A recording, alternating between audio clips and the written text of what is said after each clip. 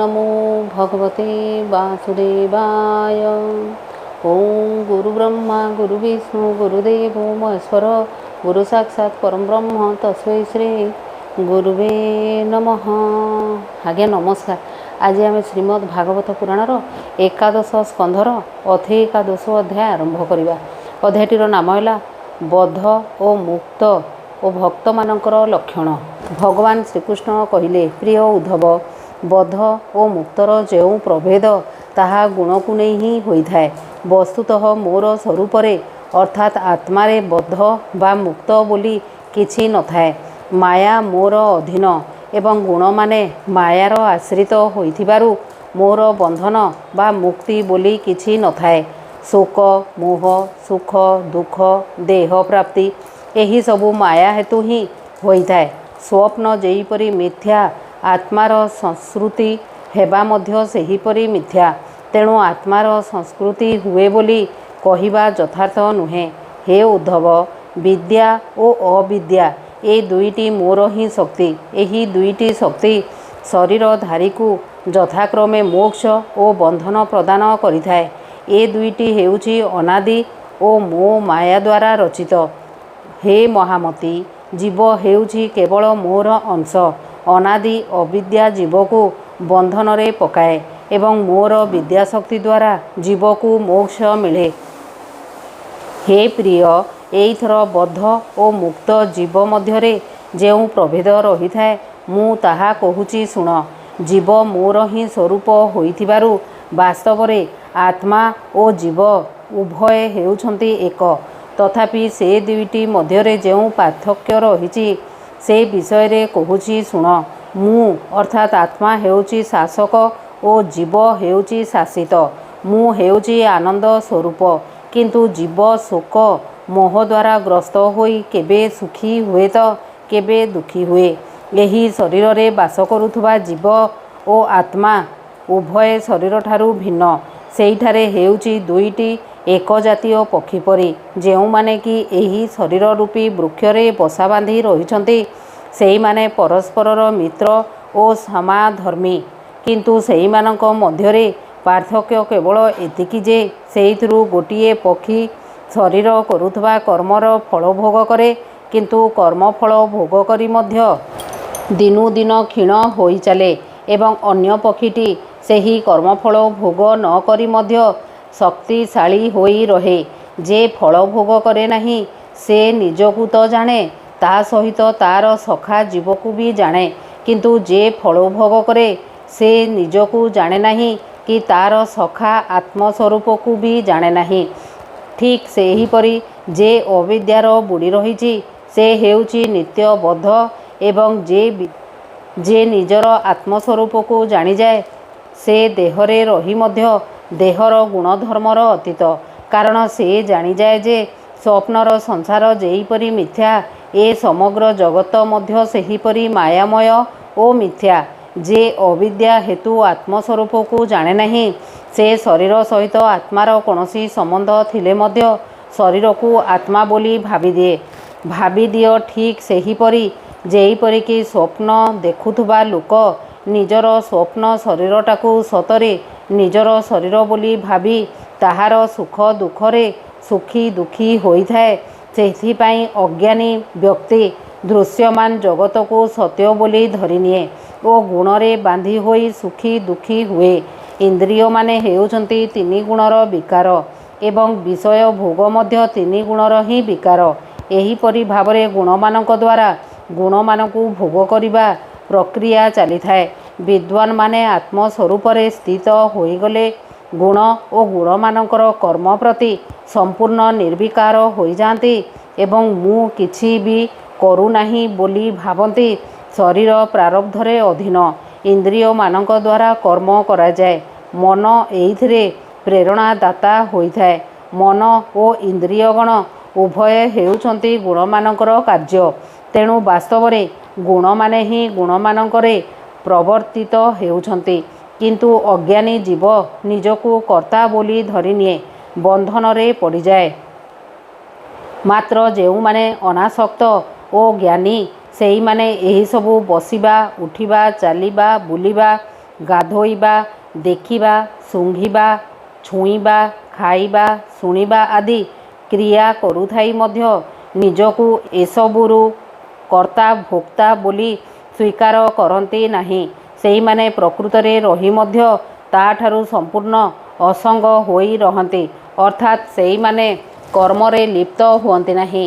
ଆକାଶ, ସୂର୍ଯ୍ୟ ଓ ବାୟୁ ଯେପରି କାହାର ବି ଗୁଣଦୋଷ ଗ୍ରହଣ କରନ୍ତି ନାହିଁ କି କେଉଁଥିରେ ଲିପ୍ତ ହୁଅନ୍ତି ନାହିଁ, ଅନାସକ୍ତ ଜ୍ଞାନୀ ସେହିପରି ସମ୍ପୂର୍ଣ୍ଣ ନିର୍ଲିପ୍ତ ରହନ୍ତି। ଯାହାଙ୍କର ଦୃଷ୍ଟି ଏହିପରି ବୈରାଗ୍ୟ ରୂପୀ ଶାଣ ଦ୍ୱାରା ତୀକ୍ଷ୍ଣ ହୋଇଯାଇଥାଏ, ତାଙ୍କର ସକଳ ସଂଶୟ ଦୂର ହୋଇଯାଏ।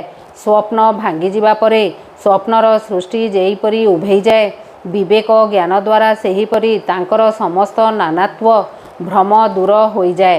ଯାହାଙ୍କର ପ୍ରାଣ, ଇନ୍ଦ୍ରିୟ, ମନ ଓ ବୁଦ୍ଧିର ସଂକଳ୍ପ ସମ୍ପୂର୍ଣ୍ଣ ନିବୃତ୍ତ ହୋଇଯାଇଛି, ଯାହାଙ୍କର ସାଂସାରିକ କର୍ମ କରିବାର ପ୍ରବୃତ୍ତି ନଷ୍ଟ ହୋଇଯାଇଛି, ସେ ଦେହରେ ରହି ମଧ୍ୟ ଦେହର ଗୁଣମାନଙ୍କଠାରୁ ସର୍ବଥା ଅତୀତ ହୋଇ ରହିଥାନ୍ତି, ଅର୍ଥାତ୍ ସେହିମାନେ ଗୁଣାତୀତ ଅବସ୍ଥା ପ୍ରାପ୍ତ ହୋଇଯାଇଥାନ୍ତି। ଯେ ହିଂସ୍ରକ ଲୋକଙ୍କ ଦ୍ୱାରା ଶାରୀରିକ କଷ୍ଟ ପାଇଲେ ଦୁଃଖ ଅନୁଭବ କରନ୍ତି ନାହିଁ କି ଦୈବାତ୍ କେହି ପୂଜା ଆଦର କଲେ ସୁଖୀ ହୁଅନ୍ତି ନାହିଁ, ସେ ହିଁ ତତ୍ତ୍ୱଜ୍ଞ ପୁରୁଷ ବୋଲି ଜାଣ। ଦୋଷ ଗୁଣ ଦର୍ଶନରୁ ଊର୍ଦ୍ଧ୍ୱକୁ ଉଠିଯାଇ ସର୍ବତ୍ର ସମଦୃଷ୍ଟି ରହିଥିବା ମୁନି କାହାର ପ୍ରଶଂସାରେ ଖୁସି ହୋଇଯାଆନ୍ତି ନାହିଁ କି କାହାଠାରେ ନିନ୍ଦା ଶୁଣି ଅସନ୍ତୁଷ୍ଟ ହୋଇଯାଆନ୍ତି ନାହିଁ। ଆତ୍ମାନନ୍ଦରେ ବିଭୋର ହୋଇ ଆତ୍ମଚିନ୍ତନରେ ମଜ୍ଜି ରହିଥିବା ମୁନି କିଏ ଭଲ କିଏ ମନ୍ଦ ସେ ବିଷୟରେ କିଛି କହନ୍ତି ନାହିଁ କି ଚିନ୍ତା କରନ୍ତି ନାହିଁ। ସେ ଜଡ଼ଙ୍କ ଭଳି ବୁଲନ୍ତି ଓ ନିଜର ଗୂଢ଼ ଭାବ କେଉଁଠି ପ୍ରକାଶ କରନ୍ତି ନାହିଁ। କିନ୍ତୁ ଯେଉଁ ବିଦ୍ୱାନ ବେଦରେ ପାରଙ୍ଗମ ହୋଇ ମଧ୍ୟ ପରମ ବ୍ରହ୍ମକୁ ଅନୁଭବ କରିନାହାନ୍ତି, ଜାଣିବା ଉଚିତ ଯେ ତାଙ୍କର ପରିଶ୍ରମ ହେଉଛି ଦୁଧ ଦେଉ ନଥିବା ଗାଈକୁ ପୋଷିବାର ପରିଶ୍ରମ ସହିତ ସମାନ, ଅର୍ଥାତ୍ ବୃଥା। ହେ ଉଦ୍ଧବ, କେବେ ବି ଦୁଧ ଦେଉନଥିବା ଗାଈ, ବ୍ୟଭିଚାରିଣୀ ସ୍ତ୍ରୀ, ପରାଧୀନ ଦେହ, ଦୁଷ୍ଟ ପୁତ୍ର, ସତ୍ପାତ୍ରକୁ ଦିଆଯାଉନଥିବା ଧନ, ଭଗବାନଙ୍କର ନାମ, ରୂପ, ଲୀଳା, ଧାମ ଆଦି ସମ୍ବନ୍ଧରେ ଚର୍ଚ୍ଚା କରୁନଥିବା ବାଣୀ, ଏହିସବୁକୁ ଯେ ପାଳନ ପୋଷଣ କରି ବା ପ୍ରଶ୍ରୟ ଦେଇ ରଖେ, ତାକୁ ଦୁଃଖ ପରେ ଦୁଃଖ ହିଁ ଭୋଗିବାକୁ ପଡ଼େ। ପ୍ରିୟ ଉଦ୍ଧବ, ଯେଉଁ ବାଣୀ ମୋର ପବିତ୍ର କାରକ କର୍ମର ମହିମା ଗାନ କରେ ନାହିଁ, ଏହି ଜଗତର ସୃଷ୍ଟି ସ୍ଥିତି ଓ ଲୟ କରାଯାଉଥିବା ମୋର ଶକ୍ତିକୁ ନିରୂପଣ କରେ ନାହିଁ, ମୋର ନାନା ଲୀଳା ଅବତାରମାନଙ୍କର ଓ ସେହିମାନଙ୍କ ପବିତ୍ର ଗୁଣାବଳୀର ବର୍ଣ୍ଣନା କରେ ନାହିଁ, ସେହି ବାଣୀ ହେଉଛି ବିଦ୍ୟା। ଜ୍ଞାନୀମାନେ ସେହିଭଳି ବାଣୀକୁ ବ୍ୟବହାର କରିବା ଉଚିତ ନୁହେଁ। ଏହିପରି ତତ୍ତ୍ୱ ଜିଜ୍ଞାସୁ ଦ୍ୱାରା ସକଳ ଜଗତର ଏକମାତ୍ର ବ୍ରହ୍ମକୁ ଦେଖିବା ଉଚିତ। ଆତ୍ମା ବିଷୟରେ ଯେଉଁ ନାନାତ୍ୱ ଭ୍ରମ ଥାଏ, ତାହା ସମ୍ପୂର୍ଣ୍ଣ ଦୂର କରିଦେବା ଉଚିତ ଏବଂ ଏହି ରୂପେ ମନ ଶୁଦ୍ଧ ହୋଇଗଲେ ସେହି ଶୁଦ୍ଧ ମନକୁ ମୋଠାରେ ଲଗାଇ ଦେଇ ଅନ୍ୟ ସବୁ କିଛିରୁ ସମ୍ପୂର୍ଣ୍ଣ ଓହରି ଆସିବା ଆବଶ୍ୟକ। ଯଦି ମନକୁ ମୋଠାରେ ନିଶ୍ଚଳ ରୂପେ ଲଗାଇବାକୁ କେହି ଅସମର୍ଥ ହୋଇଥାନ୍ତି, ତେବେ ସେ ଯାହା କିଛି କର୍ମ କରିବେ ତାହା ପ୍ରତି ଅନାସକ୍ତ ହୋଇ କେବଳ ମୋରି ପାଇଁ କର୍ମ କରିବା ଉଚିତ। ମୋର ଲୀଳା ଚରିତ୍ର ହେଉଛି ଲୋକମାନଙ୍କ ପକ୍ଷରେ ପବିତ୍ରକର ଓ କଲ୍ୟାଣମୟ। ଶ୍ରଦ୍ଧାଳୁମାନେ ମୋର ସେହିସବୁ ଲୀଳା ଚରିତ୍ର ସର୍ବଦା ଶ୍ରବଣ, ଗାନ ଓ ସ୍ମରଣ କରିବା ଉଚିତ ଏବଂ ମୋର ସେହିସବୁ ଜନ୍ମ କର୍ମ ଲୀଳା ଶ୍ରୀରାମନବମୀ, ଜନ୍ମାଷ୍ଟମୀ, ରଥଯାତ୍ରା ଆଦି ଉତ୍ସବ ସମୟରେ ଅଭିନୟ କରିବା ଆବଶ୍ୟକ। ହେ ଉଦ୍ଧବ, ଏହିପରି ଭାବରେ ମୋର ଶରଣାଗତ ହୋଇ ମୋତେ ପାଇବା ଉଦ୍ଦେଶ୍ୟରେ ହିଁ ଧର୍ମ ଅର୍ଥ କାମରେ ପ୍ରବୃତ୍ତ ହେବା ଉଚିତ। ମୋର ଅନନ୍ୟ ପ୍ରେମୀ ଭକ୍ତ ମୋଠାରେ ସନାତନ ପରମାତ୍ମାଙ୍କରଠାରେ ନିଶ୍ଚଳ ଭକ୍ତି ଲାଭ କରନ୍ତି। ସାଧୁ ସନ୍ତଙ୍କ ସତ୍ସଙ୍ଗ ଲାଭ କରି ତାଙ୍କ ଭିତରେ ଭକ୍ତିଜାତ ହୁଏ ଏବଂ ଏହିପରି ଭାବରେ ସେ ମୋର ଉପାସନା କରନ୍ତି। ସାଧୁଜଣଙ୍କର ପ୍ରଦର୍ଶିତ ମାର୍ଗରେ ଚାଲି ସେ ମୋତେ ସହଜରେ ପାଇଯାଆନ୍ତି। ଉଦ୍ଧବ ପଚାରିଲେ, ହେ ପବିତ୍ର କୀର୍ତ୍ତି ଭଗବାନ, ଆପଣଙ୍କର ବିଚାରରେ ସାଧୁ ପୁରୁଷଙ୍କର ଲକ୍ଷଣ କ'ଣ? ସେଇମାନେ କେଉଁ ପ୍ରକାର ଭକ୍ତିକୁ ଆଦର କରନ୍ତି, ଯାହାକି ଆପଣଙ୍କ ପ୍ରତି ରଖାଯିବା ଉଚିତ?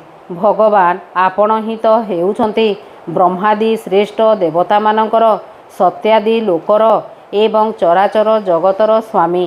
ମୁଁ ହେଉଛି ଆପଣଙ୍କର ଜଣେ ବିନତି ପ୍ରେମୀ ଓ ଶରଣାଗତ ଭକ୍ତ।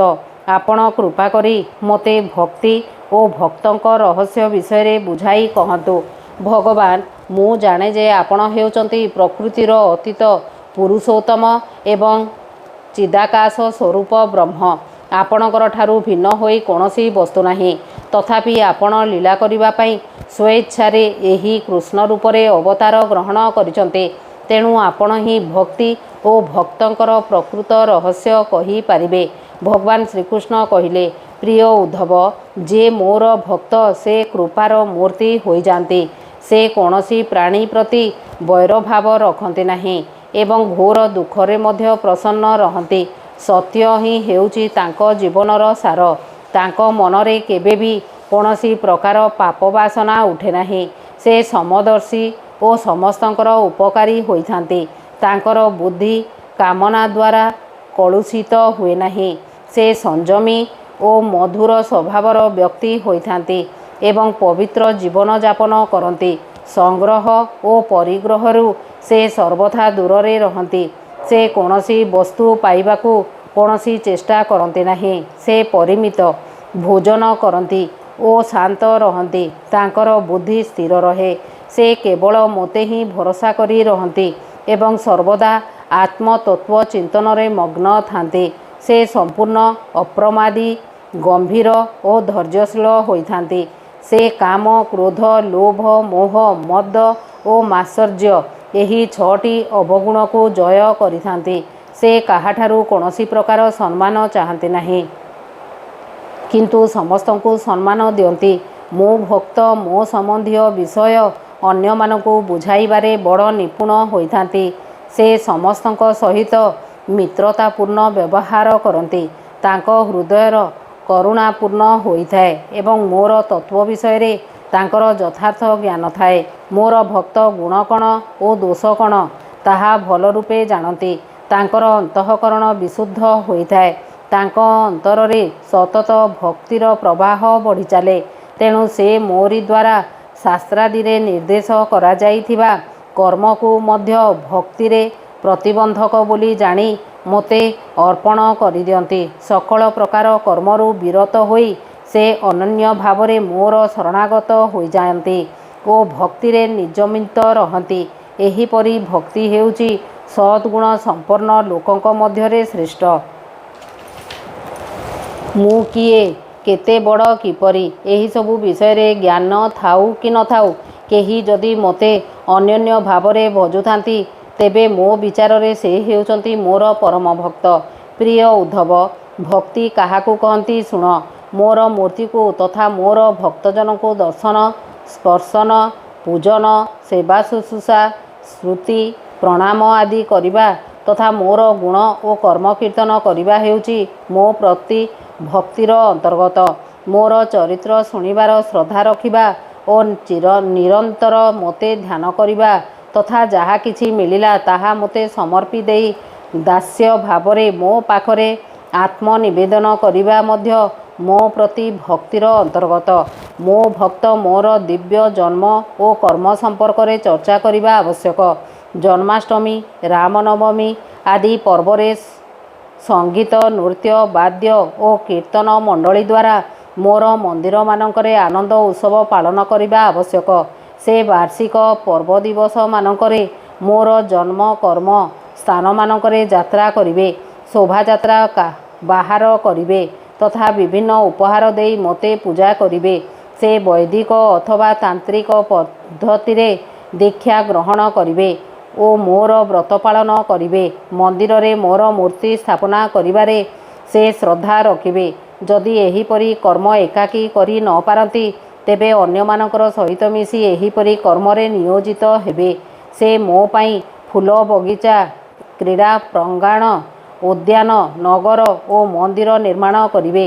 ସେ ଶ୍ରଦ୍ଧାର ସହିତ ନିଷ୍କପଟ ଭାବରେ ନିଜର ସେବା କାର୍ଯ୍ୟ ପାଇଁ ଗର୍ବ ଅଭିମାନ ନ ଦେଖାଇ, ଦାମ୍ଭିକତା ନ ଦେଖାଇ ଚାକର ପରି ମୋର ମନ୍ଦିର ଝାଡ଼ୁ କରିବେ, ଲିପା ପୋଛା କରିବେ, ସୁଗନ୍ଧ ଜଳ ଛିଞ୍ଚିବେ ଏବଂ ମନ୍ଦିର ପ୍ରାଙ୍ଗଣରେ ବିଭିନ୍ନ ରଙ୍ଗର ଝୋଟି ଦେଇ ତାହାକୁ ସୁନ୍ଦର କରିବେ।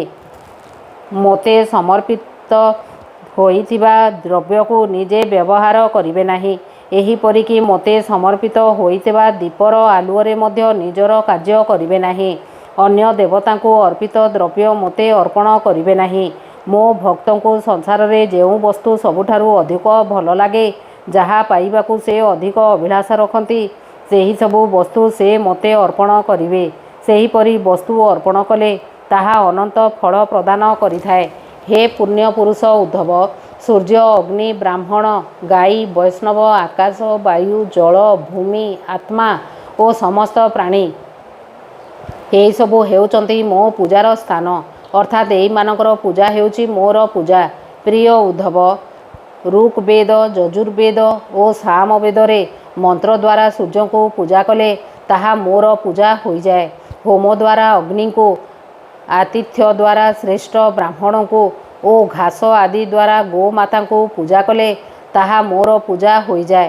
ବିଷ୍ଣୁ ଭକ୍ତଙ୍କୁ ନିଜର ଭାଇ ପରି ଆଦର ସତ୍କାର କଲେ, ହୃଦୟାକାଶରେ ନିରନ୍ତର ଧ୍ୟାନ କଲେ, ମୁଖ୍ୟ ପ୍ରାଣ ବୋଲି ଜାଣି ବାୟୁକୁ ପୂଜା କଲେ ତଥା ପୁଷ୍ପ ଆଦି ସାମଗ୍ରୀ ଦ୍ୱାରା ଜଳକୁ ପୂଜା କଲେ ତାହା ମୋର ପୂଜା ଆରାଧନା ହୋଇଯାଏ। ରହସ୍ୟମୟ ମନ୍ତ୍ର ଦ୍ୱାରା ବେଦୀକୁ ପୂଜା କଲେ, ନିଜ ଅନ୍ତରରେ ବିରାଜମାନ ଥିବା ସର୍ବାତ୍ମା ପ୍ରଭୁ ହିଁ ଭୋଜନ କରୁଛନ୍ତି ବୋଲି ଭାବନା ରଖି ଖାଦ୍ୟ ଗ୍ରହଣ କଲେ, ସବୁ ପ୍ରାଣୀଙ୍କର ଭିତରେ ଅଦ୍ୱିତୀୟ କ୍ଷେତ୍ରଜ୍ଞ ଆତ୍ମା ସମାନ ଭାବରେ ବ୍ୟାପୀ ରହିଛନ୍ତି ବୋଲି ଜାଣି ସେ ସକଳଙ୍କୁ ମୋର ହିଁ ସ୍ୱରୂପ ବୋଲି ଗ୍ରହଣ କରି ସେହିମାନଙ୍କର ସହିତ ପ୍ରେମପୂର୍ଣ୍ଣ ମଧୁର ବ୍ୟବହାର କଲେ ତାହା ମୋର ପୂଜା ହିଁ ହୋଇଯାଏ। ଏହି ସବୁ କ୍ଷେତ୍ରରେ ମୋତେ ହିଁ ଭାବନା କରି, ମୋତେ ହିଁ ଧ୍ୟାନ କରି ସାକ୍ଷାତ୍ ଚତୁର୍ଭୁଜ ବିଷ୍ଣୁ ହିଁ ଶଙ୍ଖ, ଚକ୍ର, ଗଦା, ପଦ୍ମ ଧରି ଶାନ୍ତ ମୂର୍ତ୍ତି ରୂପରେ ସମ୍ମୁଖରେ ବିରାଜମାନ ହୋଇଛନ୍ତି ବୋଲି କଳ୍ପନା କରି ଅତ୍ୟନ୍ତ ଅନିଷ୍ଠା ନିୟମରେ ସହିତ ତାଙ୍କୁ ମାନସିକ ଭାବରେ ପୂଜା କରିବା ଉଚିତ। ଏହିପରି ଏକାଗ୍ର ଚିତ୍ତରେ ଯାଗ ଯଜ୍ଞାଦି ଇଷ୍ଟ କର୍ମ କଲେ, ସାମାଜିକ କାର୍ଯ୍ୟରେ ଲାଗୁଥିବା ଧର୍ମଶାଳା, କୂଅ, ପୋଖରୀ ଆଦି ନିର୍ମାଣ କଲେ ଏବଂ ଏହିସବୁ କର୍ମକୁ ମୋର ହିଁ ପୂଜା ବୋଲି ସ୍ୱୀକାର କରି ଶ୍ରଦ୍ଧାର ସହିତ କଲେ ଶ୍ରେଷ୍ଠ ଭକ୍ତି ଲାଭ ହୁଏ ତଥା ସାଧୁଜନଙ୍କର ସେବା କଲେ ଭକ୍ତ ଅନ୍ତରରେ ମୋର ସ୍ୱରୂପ ଜ୍ଞାନ ମଧ୍ୟ ଉଦୟ ହୋଇଯାଏ। ପ୍ରିୟ ଉଦ୍ଧବ, ମୋର ଦୃଢ଼ମତି ଏହି ଯେ ମନୁଷ୍ୟ ସତ୍ସଙ୍ଗ ଓ ଭକ୍ତିଯୋଗ ଏହି ଦୁଇଟିରେ ଲାଗି ରହିବା ଆବଶ୍ୟକ। ସଂସାର ସାଗରକୁ ପାରି ହେବା ନିମନ୍ତେ ଏହି ଦୁଇଟି ଛଡ଼ା ପ୍ରାୟ ଅନ୍ୟ କୌଣସି ଉପାୟ ନାହିଁ, କାରଣ ମୁଁ ହିଁ ସାଧୁଜନଙ୍କର ଶ୍ରେଷ୍ଠ ଆଶ୍ରୟ ସ୍ଥାନ। ପ୍ରିୟ ଉଦ୍ଧବ, ବର୍ତ୍ତମାନ ମୁଁ ତୁମକୁ ଆଉ ଗୋଟିଏ ଅତ୍ୟନ୍ତ ଗୋପନୀୟ ପରମ ରହସ୍ୟ କହିଦେଉଛି, କାରଣ ତୁମେ ହେଉଛ ମୋର ପ୍ରିୟ ସେବକ, ହିତୈଷୀ, ସୁହୃଦ୍ ଓ ପ୍ରେମୀ ସଖା ତଥା ତୁମେ ଶୁଣିବାକୁ ବିଶେଷ ଆଗ୍ରହୀ ମଧ୍ୟ। ଇତି ଶ୍ରୀମଦ୍ଭାଗବତେ ମହାପୁରାଣେ ପରମହଂସ୍ୟା ସଂହିତାଏ ଏକାଦଶ ସ୍କନ୍ଧେ ଏକାଦଶ ଅଧ୍ୟାୟ ସମାପ୍ତ ହେଲା। ହରି ଓମ୍ ତତ୍ସତ୍।